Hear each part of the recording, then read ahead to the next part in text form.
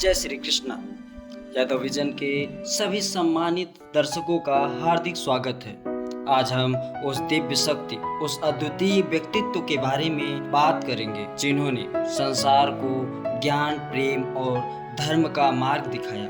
भगवान श्री कृष्ण, उनका जीवन, उनकी लीलाएं और उनके संदेश हमें आज भी प्रेरणा और मार्गदर्शन प्रदान करते हैं। श्री कृष्ण, जिन्हें जगत गुरु कहा जाता है, जिन्होंने महाभारत के युद्ध में अर्जुन को गीता का उपदेश दिया, जो आज भी हमारे जीवन की दिशा को निर्धारित करने वाली महत्वपूर्ण धरोहर है। गीता के माध्यम से उन्होंने हमें सिखाया कि जीवन में चाहे कितनी भी कठिनाइयाँ क्यों न आए, हमें अपने धर्म और कर्म के पथ पर अडिग रहना चाहिए। श्री कृष्ण का हर शब्द, हर उपदेश हमें यह समझाता है कि जीवन केवल भौतिकता तक सीमित नहीं है, बल्कि उसका असली उद्देश्य आत्मा के उत्थान और मानवता की सेवा में निहित है। लेकिन क्या आप जानते हैं कि यह दिव्य व्यक्तित्व केवल एक गंभीर उपदेशक ही नहीं थे। श्री कृष्ण का बाल्यकाल शरारतों से भरा हुआ था। वो एक ऐसे नटखट बालक थे जिन्होंने अपनी मासूम शरारतों से न केवल अपने माता पिता का बल्कि पूरे गोकुल का दिल जीत लिया। मक्खन चुराकर उन्होंने गोपियों के मन में भक्ति और प्रेम का बीज बोया।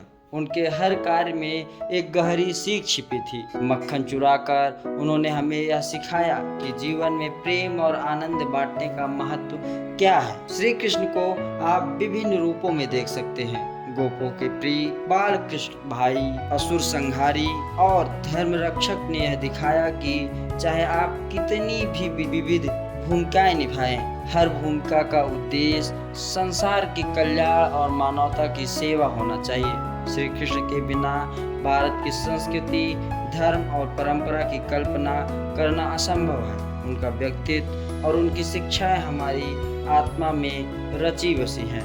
हर साल श्रावण मास के कृष्ण पक्ष की अष्टमी तिथि को हम श्री कृष्ण जन्माष्टमी के पावन पर्व को मनाते हैं। इस विशेष दिन को हम सभी बड़े ही हर्षोल्लास और भक्ति के साथ मनाते हैं। यह पर्व हमें भगवान श्री कृष्ण के जन्म की अद्भुत कथा को स्मरण करने का अवसर देता है, जिसने अधर्म और अत्याचार का अंत कर धर्म की पुनः स्थापना की।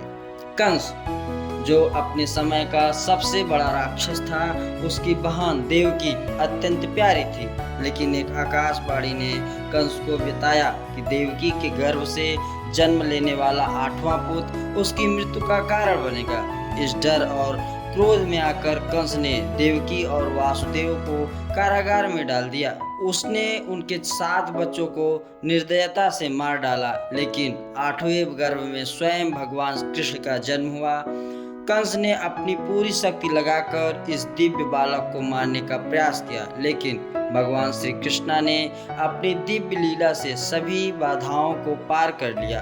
उनका जन्म आधी रात को श्रावण मास की अष्टमी तिथि में रोहिणी नक्षत्र के साथ हुआ था, जो आज भी हमें प्रेरणा देता है कि सत्य और धर्म की शक्ति के सामने कोई भी राक्षसी शक्ति टिक नहीं सकती। हिंदू धर्म में ऐसा माना जाता है कि जब धरती पर अधर्म और अराजकता का बोलबाला होता है, तब भगवान विष्णु मानव रूप में अवतरित होते हैं और असुरों का नाश करते हैं। भगवान श्री कृष्ण, जो विष्णु के 8वें अवतार के रूप में प्रकट हुए, उन्होंने न केवल अधर्म का नाश किया, बल्कि धर्म की पुनः स्थापना भी की। उनके जीवन के हर पहलू में, चाहे वह गीता में अर्जुन को दिया गया उपदेश या फिर गोवर्धन पर्वत को अपनी छोटी उंगली पर उठाने का चमत्कार, उन्होंने हमें यह सिखाया कि धर्म और सत्य की राह पर चलना ही जीवन का वास्तविक उद्देश्य है। श्रावण मास हिंदू धर्म में अत्यंत शुभ माना जाता है। इस महीने में महिलाएं विशेष व्रत और पूजा करती हैं, जिससे उनके परिवार में सुख समृद्धि बनी रहे। श्री कृष्ण जन्माष्टमी, जो भगवान श्री कृष्ण का जन्मदिन है, इसे जन्माष्टमी, गोकुलाष्टमी और श्री कृष्ण जयंती के रूप में मनाया जाता है। इस दिन माताएं अपने बच्चों को भगवान श्री कृष्ण का प्रतिरूप मानती हैं और उनके लीलाओं से भक्ति, ज्ञान, योग और मोक्ष का मार्ग समझने का प्रयास करती हैं। निसंतान लोग भी इस दिन गोपाल की पूजा करते हैं। यह विश्वास करते हुए कि उन्हें संतान की प्राप्ति होगी। कृष्ण अष्टमी के इस पावन पर्व पर हमारे घरों में विशेष पूजा अर्चना की जाती है। लोग सुबह जल्दी उठकर स्नान कर घर को आम के पत्तों से सजाते हैं और दरवाजे पर केसर की बूंदें डालते हैं। फिर भगवान श्री कृष्ण के चरणों के निशान बनाकर बाल कृष्ण को अपने घर में आमंत्रित करते हैं। यह दिन भक्ति, प्रेम और समर्पण का प्रतीक है, जिसे हम सभी श्रद्धा और उत्साह के साथ मनाते हैं। पूरे भारत में कृष्ण जन्माष्टमी के दिन भगवान श्री कृष्ण के चरणों की पूजा की जाती है। लोग विभिन्न विधियों से फर्श पर पैरों के निशान बनाते हैं और बाल कृष्ण को अपने घर में आमंत्रित करते हैं। ऐसा माना जाता है कि इस प्रक्रिया से उनके घर में सुख, शांति और समृद्धि का वास होता है। उत्तर भारत में कृष्ण जन्माष्टमी के दिन दही हांडी का आयोजन किया जाता है। यह आयोजन हमें एकता और सहयोग के महत्व को सिखाता है।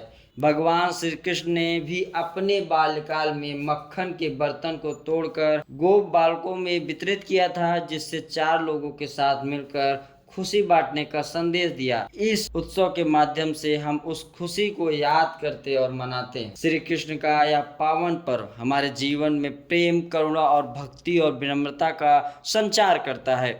इस दिन हम भगवान श्री कृष्ण की लीलाओं और शिक्षाओं को याद करते हुए अपने जीवन में धर्म, कर्म और सत्य के मार्ग पर चलने की प्रेरणा प्राप्त करते हैं।